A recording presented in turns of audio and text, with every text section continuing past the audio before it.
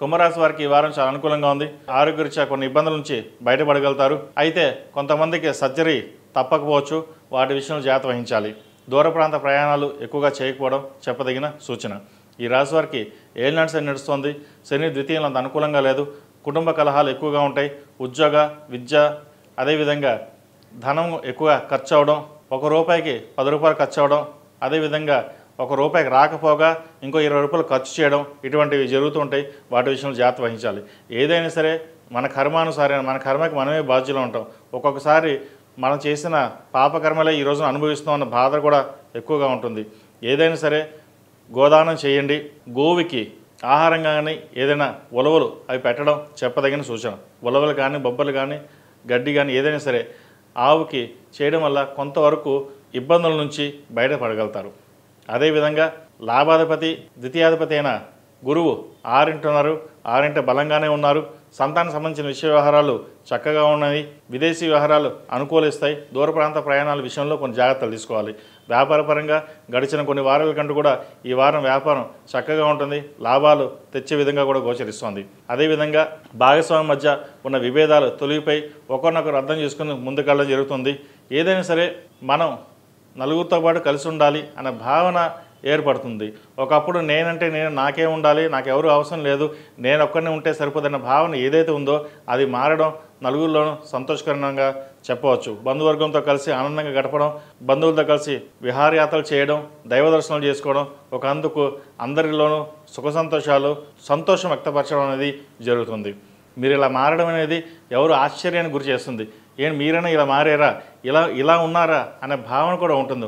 ఒకప్పుడు ఎవరిని పట్టించుకోలేని వారు ఇవాళ అందరూ కావాలని పట్టించుకోవడం అనేది నలుగురిని ఒక ఆశ్చర్యం గురి చేస్తుంది.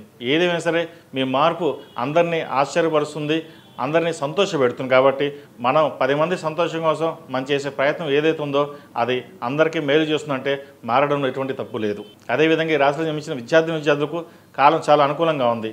ఏలినాటి శని నడుస్తున్న జన్మరాశిలో రాహు బలంగా ఉన్నాడు. సప్తమంలో కేతు బలంగా ఉన్నారు. అదేవిధంగా చతుర్థాధిపతి, భాగ్యాధిపతి అయిన శుక్రుడు అష్టమంలో ఉన్నారు. దూర ప్రాంత ప్రయాణాల విషయంలో కొంచెం జాగ్రత్త వహించాలి. కోర్టు కేసులు కాస్త ఇబ్బంది పెట్టే విషయం ఉంటాయి. వాటి విషయంలో కొంచెం జాగ్రత్త వహించండి. ఈ రాశిలో మించిన స్త్రీలకు వృత్తి ఉద్యోగాల పరంగా, వ్యాపార పరంగా సానుకూలంగా ఉంటుంది. చేసే పనిలో కష్టం ప్రత్యక్షంగా కనిపిస్తుంది. గడిచిన వారాల కంటే ఈ వారం చాలా లాభాలు వచ్చే సంతోషంగా ఉందని వ్యక్తపరుస్తారు.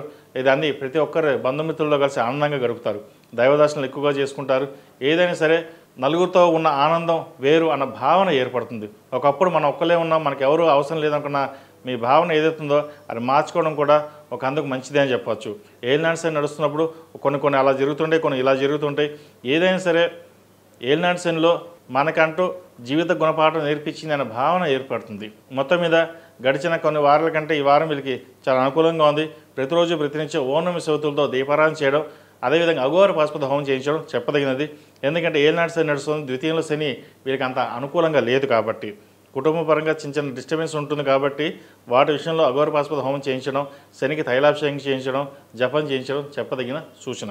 ఈ రాశిలో జన్మించిన వారికి కలిసి వచ్చే సంఖ్య 6, కలిసి వచ్చే రంగు స్కై బ్లూ.